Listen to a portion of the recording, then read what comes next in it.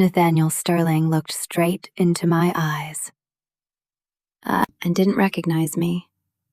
Not a flicker, not a pause, not even the awkward hesitation two people share after 8 years of marriage. His gaze swept across me the way it might pass over a traffic light, or a newspaper stand, or another anonymous woman on a crowded Manhattan sidewalk.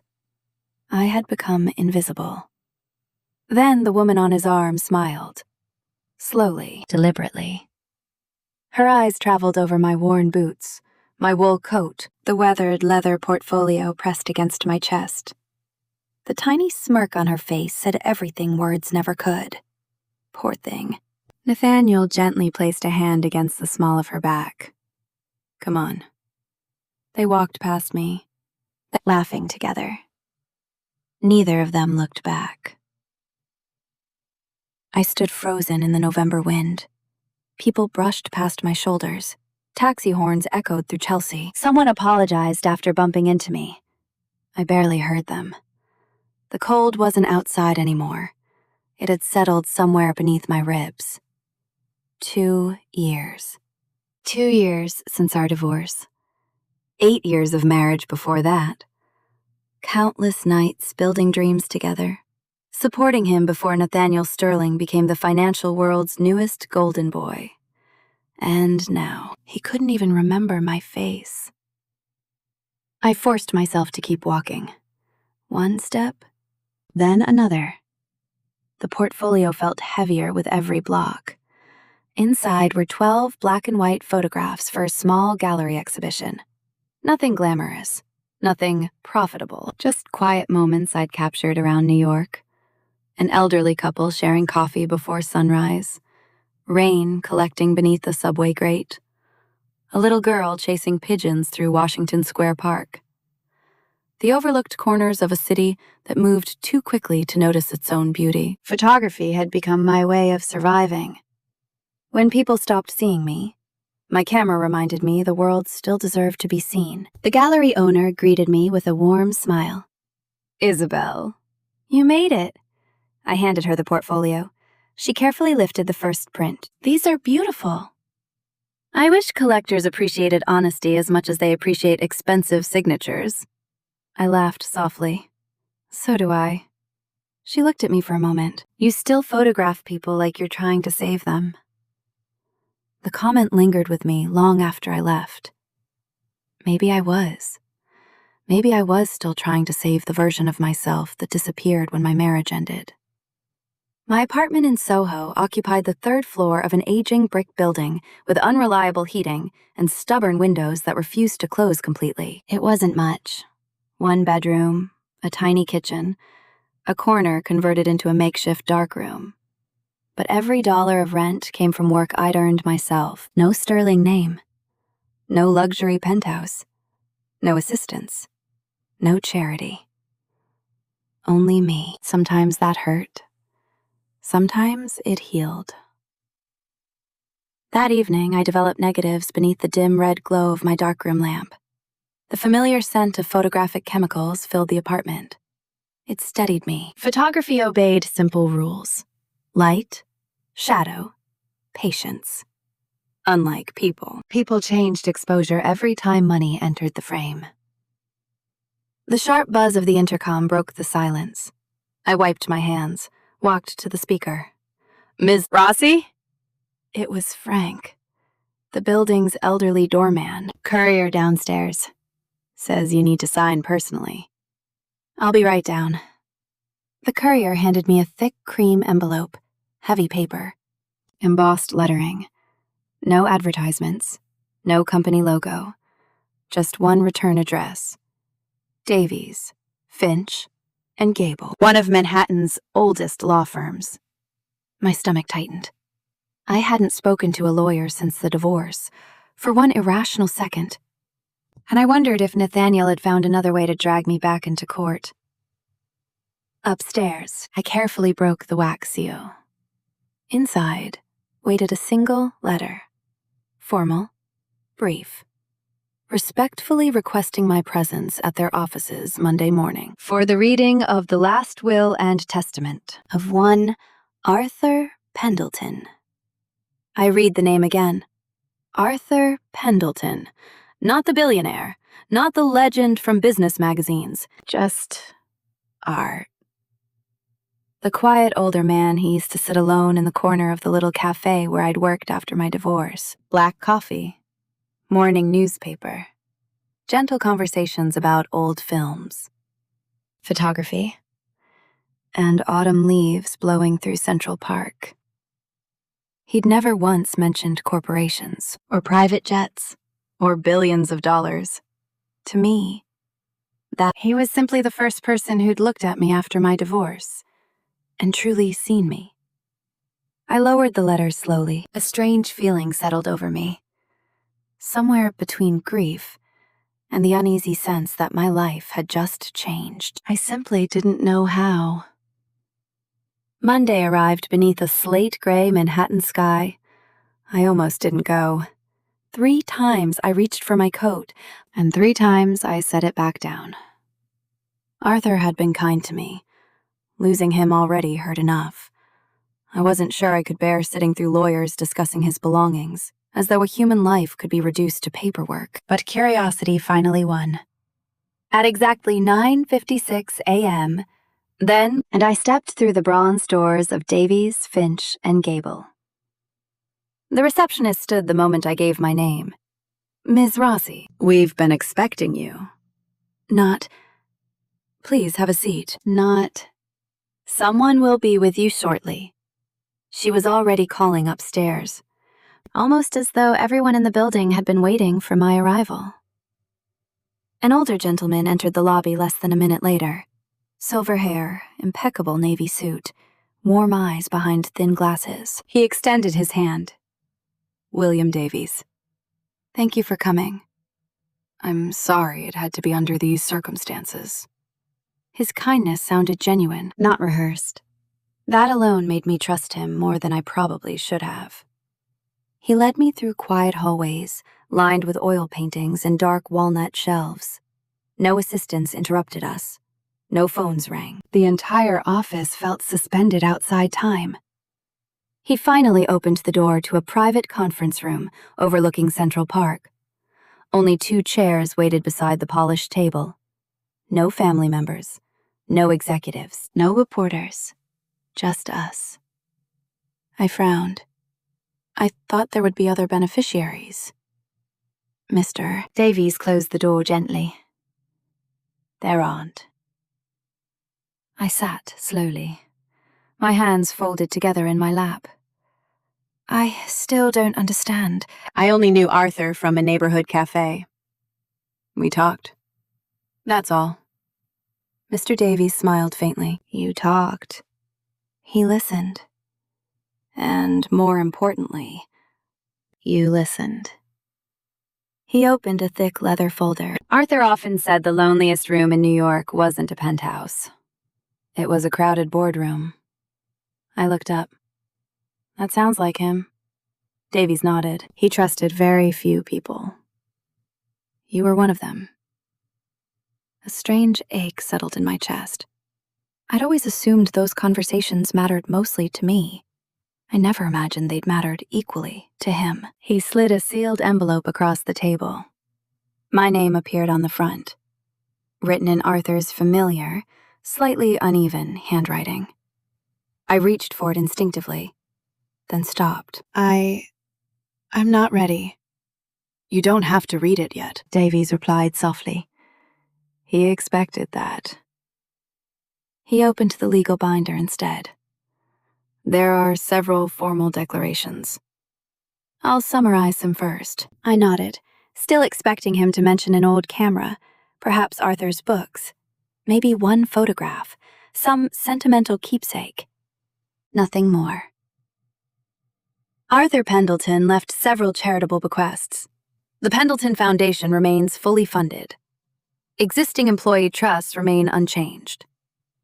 I listened politely, wondering when my small part would appear. Then Mr. Davies turned another page. His voice became noticeably more formal. The remainder of Mr. Pendleton's estate passes to one individual. I smiled awkwardly. I'm happy someone in his family. He had no surviving family. I blinked. Oh. Silence settled over the room. He looked directly into my eyes. That individual is you. For a moment, I genuinely believed I'd misunderstood him. I'm sorry? You are the sole beneficiary. No, I laughed nervously. There has to be another Isabel Rossi. There isn't. I poured him coffee. I showed him photographs. We talked about old movies. I searched helplessly for the right words. I wasn't anyone important, Mr. Davies answered with quiet certainty. To Arthur, you were. He turned to the final page. His finger rested beneath one paragraph. Then he read it aloud. To Isabel Rossi, who reminded an old man that kindness still exists without expectation. I leave my entire estate, including all personal assets, all real property, and all investments, and my controlling interest in Pendleton Global Enterprises. The room became impossibly still. I stared at him, unable to breathe, unable to think, unable to understand. Arthur Pendleton, I whispered. The founder? Yes. The Arthur Pendleton? Yes. The billionaire? He gave one slow nod. I shook my head immediately. No, that's impossible. He lived in a tiny apartment. He wore the same old tweed jacket every week.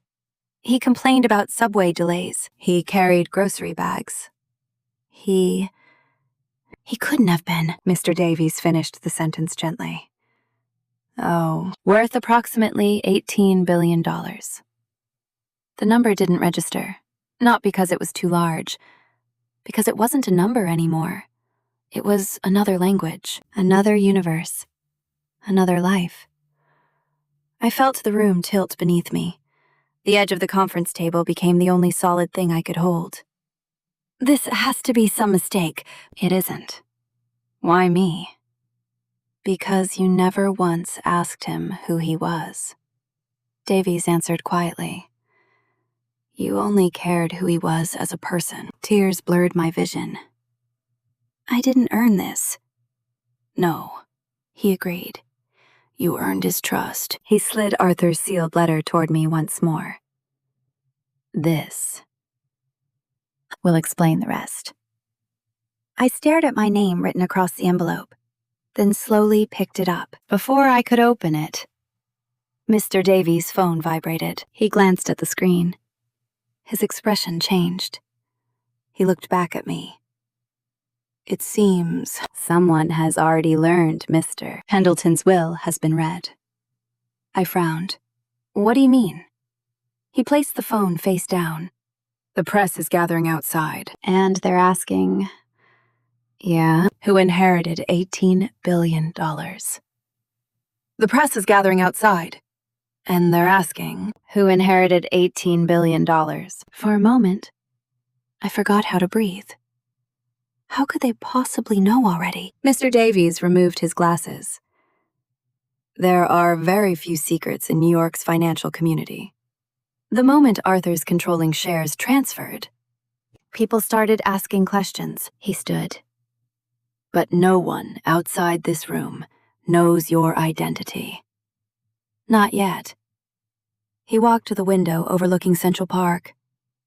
Arthur prepared for this. A private security team is already downstairs. We'll move you through the underground exit. I don't need security, I answered instinctively. He turned toward me. Isabel, you inherited more than money today.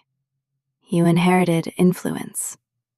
And influence attracts people who believe they're entitled to it. The drive across Manhattan happened inside complete silence. A black SUV. Tinted windows. 2 security vehicles behind us. I stared through the glass, watching the city I'd lived in for years. Nothing had changed. The coffee carts, the subway entrances, people rushing toward offices. Only I had changed. Or perhaps everyone else had. Mr. Davies broke the silence. There's one more thing. Arthur anticipated you'd feel overwhelmed, so he prepared a temporary residence. I'm fine in my apartment. His expression softened. For tonight. But by tomorrow, every reporter in New York will know where you live. The realization settled heavily inside me. My little Soho apartment, the only place that still felt like mine, would never truly belong to me again. Pendleton Tower rose above Park Avenue like a monument carved from steel and glass. I'd walked past it dozens of times, never imagining I'd one day enter through its private entrance. The lobby wasn't extravagant. It was restrained. Quiet confidence instead of loud wealth. Employees nodded respectfully as Mr. Davies crossed the marble floor. Some glanced toward me, curious, trying to place the unfamiliar woman walking beside Arthur Pendleton's lawyer. The private elevator climbed without stopping. 76, 77, 78. The doors opened onto a residence so vast, it barely felt like an apartment. Floor-to-ceiling windows framed Manhattan in every direction. Bookshelves stretched across 2 stories. Original paintings lined the walls. A grand piano stood untouched beside the glass. It was beautiful and impossibly lonely. He lived here, I whispered. Most of the time, Davies answered. But whenever he wanted to remember what ordinary life felt like, he returned to the little apartment uptown. I smiled sadly. The apartment where we met. He nodded once. Arthur believed people only revealed their true character when they thought no one important was watching. He placed the sealed letter on the library desk. This belongs here. Then he looked around the room. There are 23 full-time employees. They'll introduce themselves tomorrow. There are also board meetings, foundation obligations, corporate briefings. I know, I interrupted quietly. I don't belong here. He looked at me for a long moment. No. You don't believe you do, Arthur disagreed. After he left, the silence returned. I wandered slowly through the library. Thousands of books, family photographs, travel journals, awards. Not once did Arthur display himself like a billionaire. Every room reflected curiosity, not vanity. I finally sat behind the massive oak desk, Arthur's desk. The letter waited patiently in front of me. My name, written in the same shaky handwriting I'd seen on birthday cards he'd insisted on giving me every year. I carefully broke the seal. My dear Isabel. The first line blurred almost immediately through my tears. If you're reading this, then I've managed to surprise you one last time. A laugh escaped me, despite everything. That sounded exactly like him. He wrote about our conversations, the photographs I'd shown him, the mornings I'd brought him fresh coffee before he even asked, the afternoons we argued about black and white films, the afternoons I insisted ordinary people deserve to be remembered just as much as famous ones. Then his words changed. The world is filled with people who ask what something is worth before asking why it matters. You never did. You looked at an old man and simply saw a lonely human being. That kindness cannot be purchased. It can only be recognized. Tears slipped silently down my face. He continued, men like Nathaniel Sterling spend their lives measuring value through power. People become transactions. Relationships become investments. Legacy becomes ego. My breathing caught. Nathaniel. Arthur knew his name. I kept reading. You may wonder whether I chose you because you were once married to him. The answer is no. I chose you because you are everything he never learned to become. I stared at those words for a long time. Long enough to forget the city outside. Long enough to hear Arthur's voice in every sentence. Then came the final paragraph. This fortune is not your reward. It is your responsibility. People will underestimate you, manipulate you, fear you. Some will pretend to love you. Others will suddenly remember your name. Believe none of them until they prove themselves through action. I slowly folded the letter closed. Someone remembered my name already. My phone, which had remained silent for nearly 2 years, suddenly lit up across the desk. Unknown number. Voicemail. Another voicemail. Another. Then one familiar name appeared on the screen. Nathaniel Sterling. 23 missed calls, and they were still coming. 23 missed calls. Every one of them from Nathaniel Sterling, the man who hadn't recognized my face 4 days earlier. Suddenly couldn't stop saying my name. Another call came in before I could even lock the screen. I let it ring. Then another. And another. Finally, a voicemail notification appeared. Izzy, please answer. There's been a misunderstanding. I deleted it without listening to the rest. Mr. Davies wasn't surprised. They always come back. I looked up. What do you mean? He calmly poured 2 cups of coffee. When people lose access to power, they start searching for people who suddenly have it. This isn't about love. It's about proximity. By sunset, every major financial publication had published the story. Mystery heiress inherits Pendleton Empire. Unknown woman now controls $18 billion.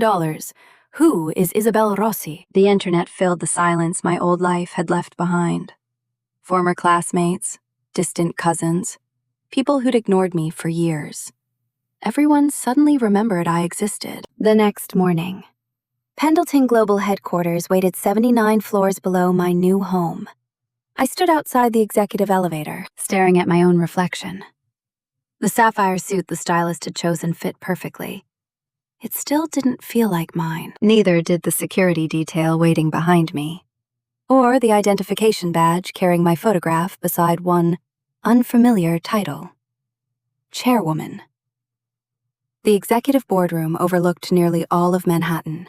12 executives sat around the black granite table, every one of them older than me. Every one of them watching, judging, calculating. The atmosphere wasn't hostile, it was cautious, like 12 chess players trying to understand the rules of a game that had suddenly changed. Richard Caldwell spoke first. Arthur's longtime chief operating officer. Silver hair, perfect posture, eyes that missed nothing. Ms. Rossi. He didn't smile. Welcome. His voice carried neither warmth nor contempt, only measurement. He was taking my measure. I appreciate everyone making time today, I answered. I realize my appointment raises questions. One director leaned back. Questions would be putting it mildly. Several others exchanged restrained smiles. Another man folded his hands. With respect, you've never managed a public company. You've never served on a corporate board. You've never supervised 40,000 employees. He wasn't insulting me. He was stating facts that somehow made them harder to answer. Silence settled over the room. Every eye waited, waiting for the inexperienced heir to panic. Instead, I remembered something Arthur once told me while watching rain fall across a cafe window. Never pretend to know something you don't. People forgive ignorance. They rarely forgive dishonesty. I met each face around the table. You're right. I haven't done any of those things. The room grew even quieter, so I'm not going to pretend otherwise. A few eyebrows lifted. I won't make sweeping decisions. I won't arrive believing I understand a company Arthur spent 60 years building. My first responsibility is to learn. Several executives exchanged another glance. Not disappointment. Surprise. I'll spend the next few months meeting every department. I'll review every major project. I'll ask questions. Probably too many. A few restrained laughs broke the tension. And until I understand this company, I expect every one of you to continue doing exactly what Arthur trusted you to do. Richard Caldwell watched me for several long seconds. Then, for the first time, he nodded, almost imperceptibly. That's a sensible beginning. Coming from him, it sounded almost like praise. The meeting lasted nearly 2 hours. Financial projections, international expansion, foundation commitments, research investments. I understood perhaps half of what I heard. So I did exactly what Arthur would have expected. I listened. I took notes. Whenever I didn't understand something, I asked. Simple questions. Direct questions. Questions nobody else in the room seemed willing to ask. Oddly enough, those questions produced the most useful answers. The meeting had almost ended when the boardroom doors suddenly opened. Richard Caldwell's assistant hurried inside. She looked visibly uncomfortable. I'm sorry to interrupt. Her eyes shifted toward Caldwell. Mr. Sterling is downstairs. The room fell silent.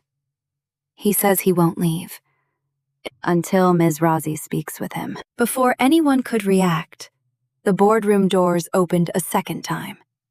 Nathaniel Sterling walked inside. His expensive suit was immaculate.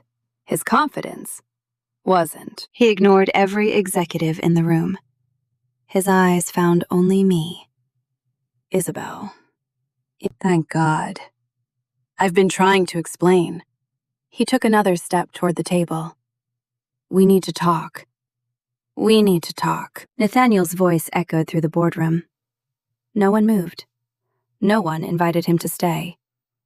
He looked nothing like the confident man who had walked past me on the sidewalk 4 days earlier. The perfectly rehearsed executive was gone. In his place stood someone desperately trying to recover control of a story that had slipped beyond his reach. Richard Caldwell remained seated. Mr. Sterling, this meeting is private. Nathaniel barely glanced at him. I'm here for Isabel. He looked straight at me. I've been trying to reach you. My phone died. I lost your address. His words stumbled over each other. I need 5 minutes. I folded Arthur's fountain pen and placed it on the table. You had 5 years. His face tightened. This isn't the place. No, I answered calmly. It's exactly the place. You ignored me in public. You can speak to me in public. Nathaniel exhaled slowly. I didn't recognize you. You've changed. A faint smile crossed my face. I have, but you didn't even try. Silence. The directors around the table exchanged quiet glances. None of them interrupted. This wasn't gossip anymore. It was becoming a lesson in character. Nathaniel straightened his jacket. I made mistakes. Our marriage wasn't perfect.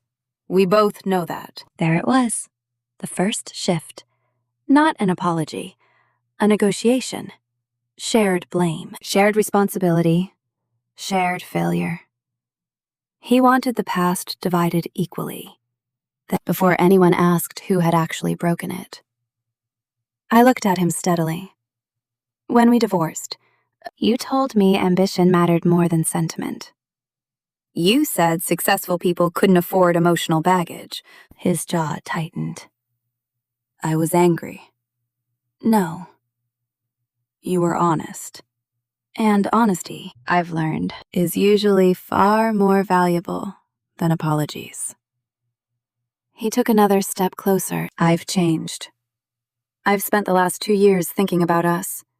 Before I could answer, Richard Caldwell quietly slid a tablet across the table. No one else noticed. On the screen, Pendleton's communications office had already gathered the morning headlines. Sterling Capital stock falls after failed merger. Major clients question leadership. Board pressures, CEO. The timing couldn't have been clearer. Nathaniel hadn't come because he'd found his heart. He'd come because he'd lost leverage. I gently pushed the tablet back, then looked at him again. When exactly...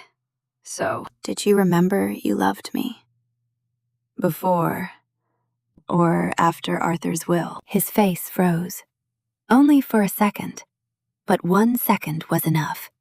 The room noticed. I didn't know anything about the inheritance, he answered quickly. I swear. I believe you, I said quietly. His shoulders relaxed. Then I finished. I also believe that if Arthur had left me nothing, you never would have called. Every trace of relief disappeared. One of the directors cleared his throat softly. No one defended Nathaniel. No one came to his rescue.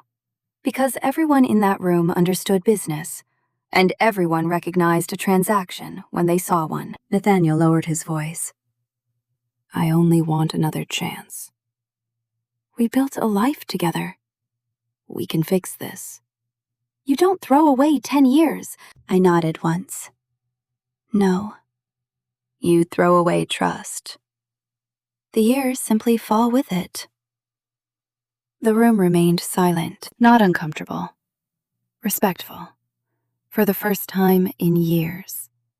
Someone had allowed me to finish every sentence without interruption. Arthur would have smiled. Nathaniel tried one final time. You don't understand this world. These people will use you. They'll smile while they take everything Arthur left behind. Richard Caldwell finally stood. His chair slid quietly across the polished floor. I've worked beside Arthur Pendleton for 34 years. He looked directly at Nathaniel. He spent decades identifying people who confused intelligence with wisdom. A pause. You were one of them. Nathaniel stared at him, speechless. Caldwell turned toward me, then did something no one expected. He addressed the room. For the record, I support Ms. Rossi's appointment as chairwoman.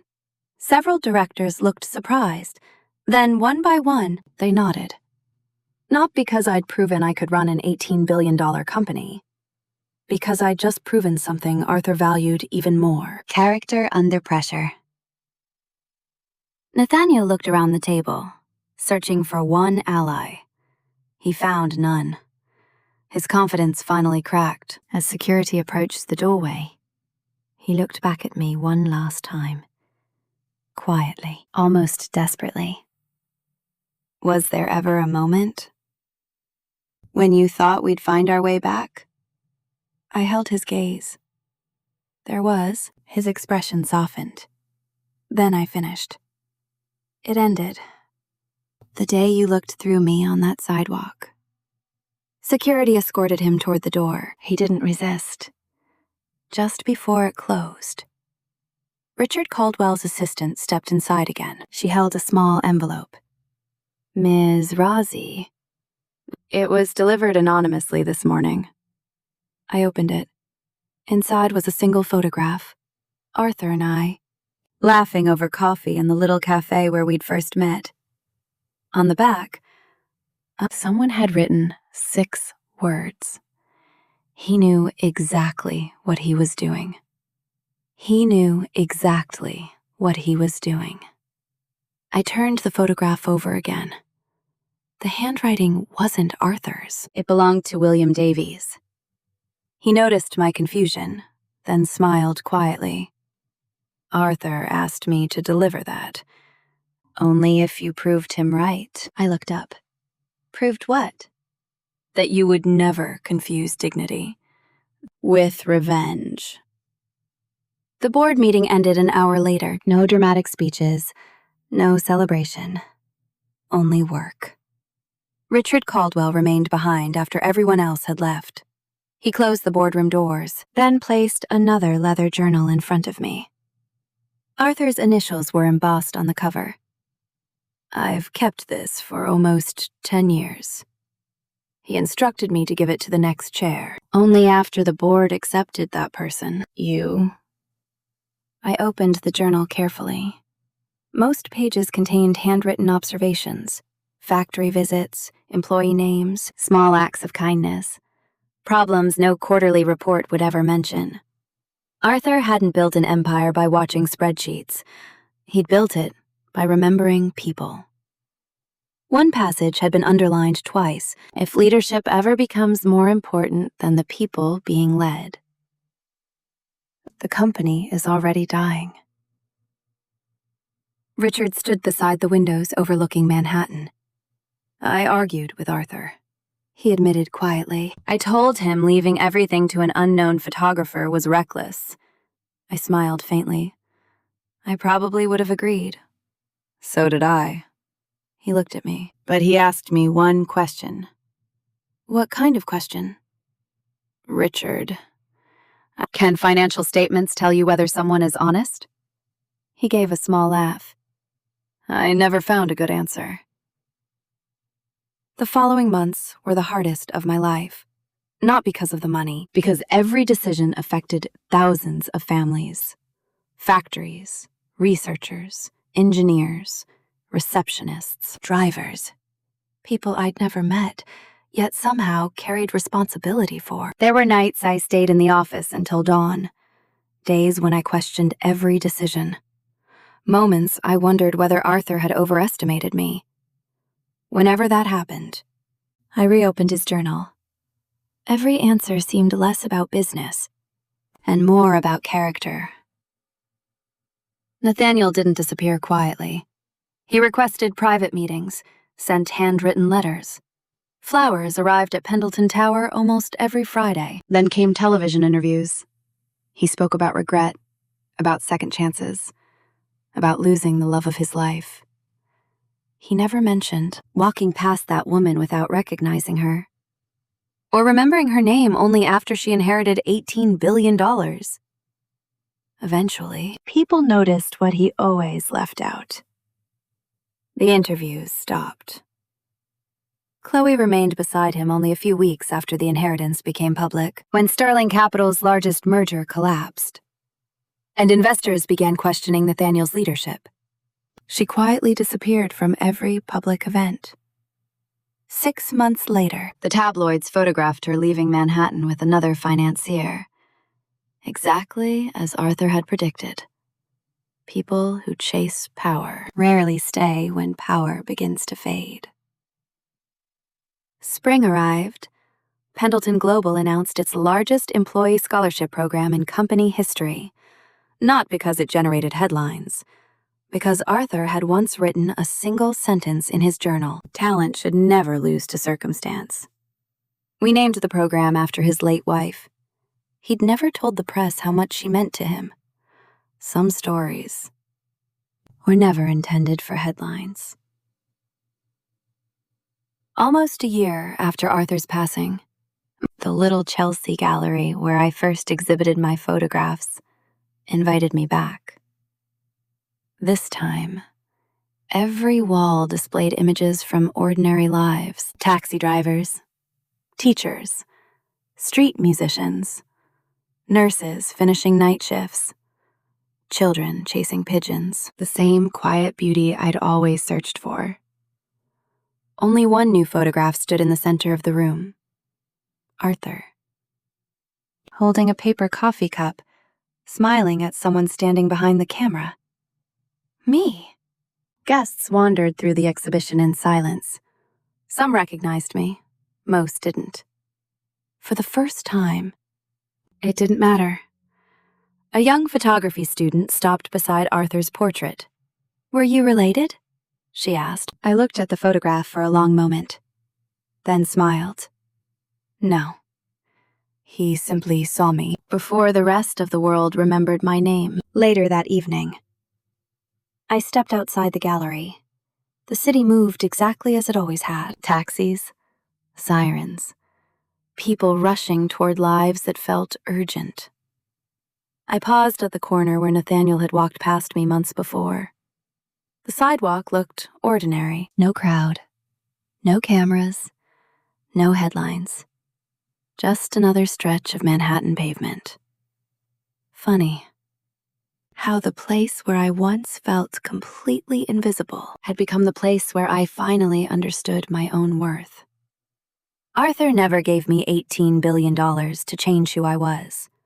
He trusted me with it. Because I never believed a person's value could be measured by money in the first place. The wind carried the scent of roasted coffee from the cafe across the street. For just a second, I could almost hear Arthur laughing. I smiled back, adjusted the camera hanging from my shoulder, and walked forward. This time, not searching for someone willing to see me, already knowing I could see myself.